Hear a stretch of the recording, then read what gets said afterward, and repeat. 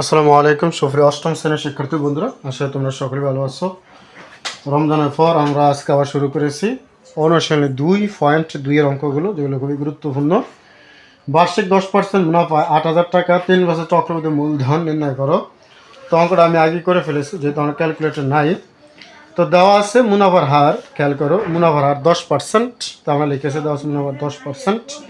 Percent মানে 100 দ্বারা ভাগ করা, তাই 10/100। এইটাকে আমরা এখানে একটু ছোটো করে নিতে পারি 0.1, অর্থাৎ 10কে 100 দ্বারা ভাগ করলে 0.1। আর 8,000 টাকা, আসল হচ্ছে 8,000 টাকা এবং সময় হচ্ছে 3 বছর। তোমার কাছে চক্রবৃদ্ধি মূলধন। তো চক্রবৃদ্ধি মূলধনের সূত্র হচ্ছে কি, সেশন পি ইন্টু 1 প্লাস আর পাওয়ার এন। খেয়াল করো, এখন ফির মান হচ্ছে 8,000, 1 যোগ আর এর মান হচ্ছে 10/100, এন এর মান 3, 8,000 1 যোগ 10/100 মানে হচ্ছে 0.1। এই যে 0.1 আমরা আগে দেখেছি, 0.1 উপরে পাওয়ার 3। তো 1 দ্বারা 0.1কে যোগ করলে হয় 1.1।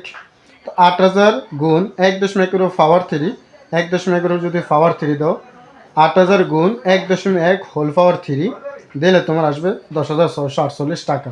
এটি হচ্ছে তোমার অঙ্ক, মানে অ্যান্সার, চক্রবৃদ্ধি মূলধন।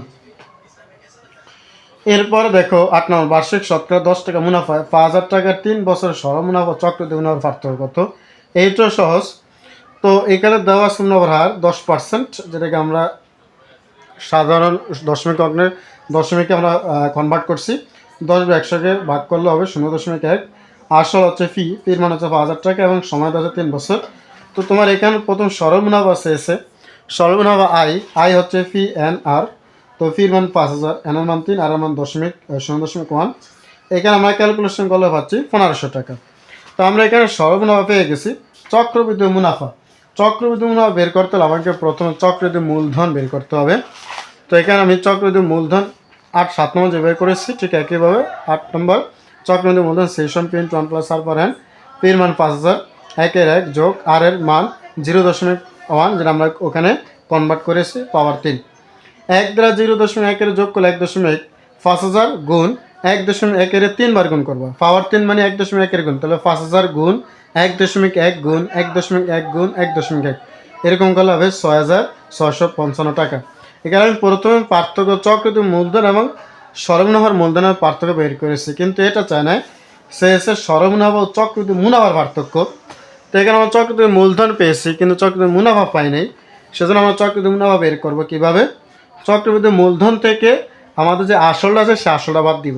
তাহলে হচ্ছে চক্রবৃদ্ধি মূলধন থেকে আসলটা বাদ দিলে চক্রবৃদ্ধি মুনাফা পেয়ে যাবে।